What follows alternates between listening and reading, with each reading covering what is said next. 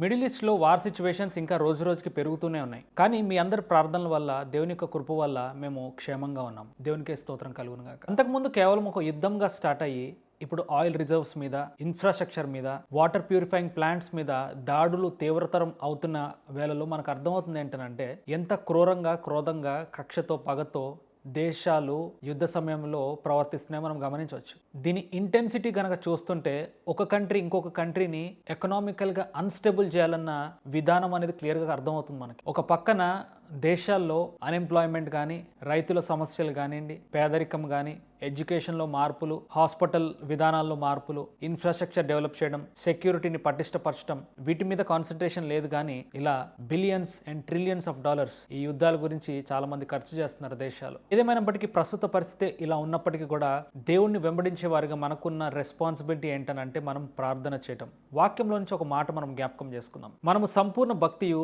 మాన్యతయు కలిగి నెమ్మదిగాను సుఖముగాను బ్రతుకు నిమిత్తము అన్నిటికంటే ముఖ్యముగా మనుష్యులందరి కొరకును, రాజుల కొరకును, అధికారుల కొరకును విజ్ఞాపములను, ప్రార్థనలను, యాచనలను కృతజ్ఞతాస్థుతులు చేయవలనని హెచ్చరించుచున్నాను. ఇది మంచిదియు మన రక్షకుడకు దేవుని దృష్టికి అనుకూలమై ఉన్నదని వ్రాయబడింది. పాలకుల యొక్క ఆలోచనలు, వారి విధి విధానాలు మన క్షేమము కోసము, మనం నెమ్మదిగా బ్రతుకు నిమిత్తము, ఎల్పిజి సిలిండర్ల గ్యాస్ కొరత కానీ, పెట్రోల్ రేట్లు తగ్గే విషయంలో కానీ, ఈ గొడవల ద్వారా ఎన్ని వేరే ఎకానమీస్ కూడా ఎంత దెబ్బతింటున్నాయో, ఎన్ని జీడిపిస్ దెబ్బతింటున్నాయో మనం చూస్తుంటే ఆలోచన చేయొచ్చు. సో అన్నీ కూడా స్మూత్ ఫ్లోలో వెళ్ళాలనేది మనం ఖచ్చితంగా ఈ యొక్క వాక్యాన్ని బట్టి మన ప్రేయర్ పాయింట్స్లో పెట్టుకోవాలి. దేవుడు కనుక మీతో ఈ వీడియోతో కనుక మాట్లాడుంటే కింద కమెంట్ సెక్షన్లో ఆమెన్ అని టైప్ చేయండి. మరిన్ని స్పిరిచువల్ అడ్వైజెస్ కోసం ఛానల్కి follow and subscribe. God bless you all and praise the lord.